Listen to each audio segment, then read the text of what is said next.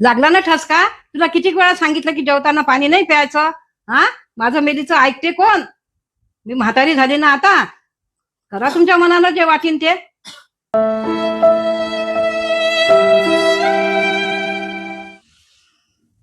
सासूबाई काय? आज कामच नाही झालं. मी तुला पहिलेच बोलली होती आजचा दिवस चांगला नाही, जाऊ नको. पण तू माझं ऐकशील तेव्हा तर ना. माझं मेलीचं कोण ऐकते? आता मी म्हातारी झाली ना. नका ऐका, करा तुमच्या मनानं.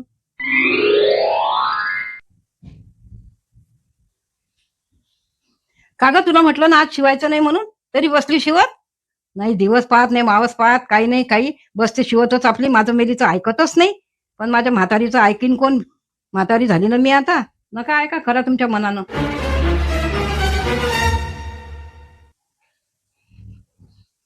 खारट झाली वाटते भाजी. सांगितलं होतं तुम्ही मला एवढं मीठ नको टाकू, तरी मी टाकलं. ऐकत नाही ना तुमचं कोणी. म्हातारा झाल्या ना तुम्ही.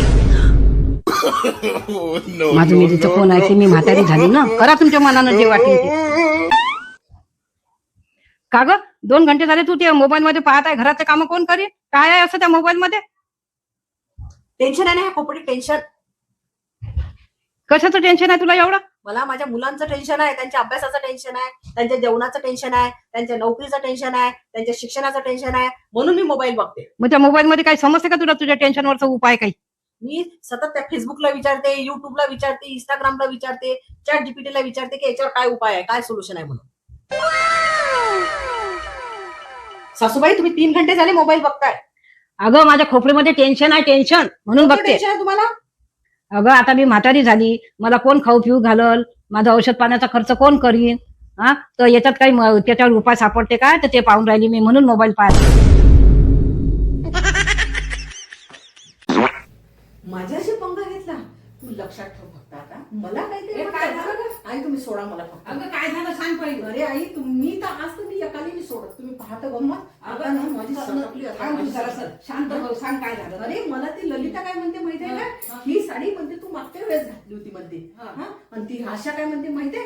हा कलर तुला शोभत नाही म्हणते. हा, म्हणून तुम्ही दाखवतोच आता तिला. अगं थांब ना ग, जरा शांत हो ना. अरे आई माहितीये तुम्हाला ती गुजराती बाई काय म्हणते? ही साडी तर पुराणी आहे गे. ही साडी पुराणी दिसते काय तुम्हाला? ही जुनी दिसते का तुम्हाला? मी आता ना त्यांची अशी काढतो ना, तुम्ही पाहता. आई फक्त तुम्ही मला तुमचं एटीएम कार्ड द्या. फक्त 25,000 रुपये काढते त्या एटीएम मधून आणि 100 बडकर एक साड्या घेते घालून जाते त्याच्यासमोर. मग पाहिजे मी पण. आई द्या ना. जा त्यांच्याची भांडका काय कर, आली मोठी.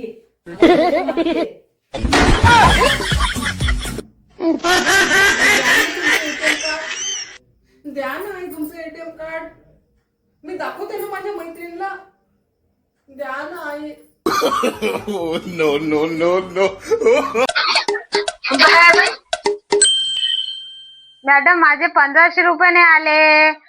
मीनाचे आले, लागे त्या माधुरीचे आले, सगळ्याचे आले. माझे काहून नाही आले? तुम्ही केवायसी केली काय?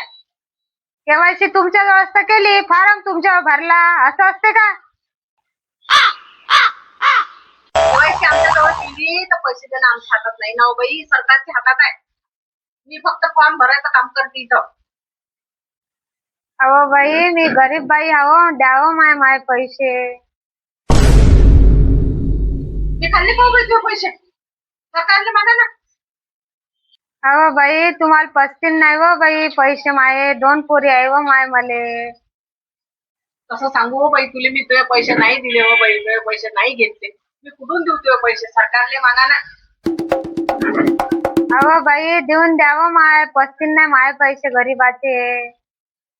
हे प्रभु, हे हरि राम कृष्ण जगन्नाथ प्रेमानंद, 1500 रुपये. ये क्या हुआ? गलाव में पानी आ गया. यायले कसा सरळ करायचा आहे फक्त मलाच माहित आहे. काय एक लोक येतात आमच्याजवळ. सरकारनं लाठी बहीण सुरू केली. अर्ध्या लोकांना देते, अर्ध्या लोकांना देत नाही, आणि सगळे आपण आमच्या अंगावर.